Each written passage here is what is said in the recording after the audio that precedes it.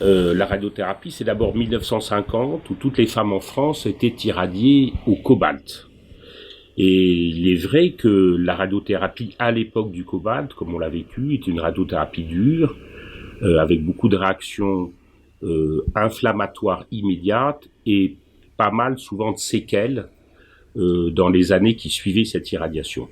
Les nouvelles machines, le scanner et l'informatique qui ont permis de rendre la radiothérapie beaucoup plus facile à tolérer, à court terme d'abord, en termes de réaction immédiate, et en diminuant aussi les séquelles induites dans les années qui suivent.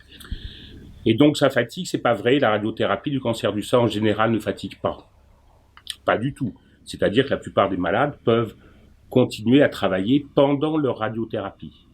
Les réactions inflammatoires, on parle maintenant plutôt de coups de soleil, c'est-à-dire que les réactions cutanées où la peau était très irritée autrefois se voient de moins en moins, elles sont bien moins importantes, sauf cas particuliers.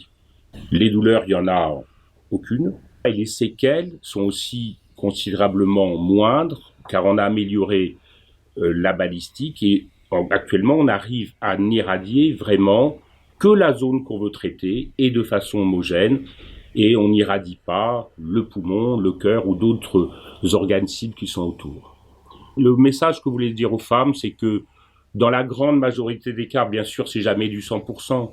Il y a quelques cas particuliers. On rappelle que il y a des circonstances qui font que la radiothérapie est parfois plus difficile à supporter, notamment chez les femmes qui sont des grandes fumeuses, les femmes en surpoids, les femmes diabétiques. Et contrairement à une autre idée reçue, les femmes au teint mat, au teint bronzé, qui supportent moins bien la radiothérapie à court terme que les femmes à peau claire. Donc c'est pas comme le soleil, c'est l'inverse.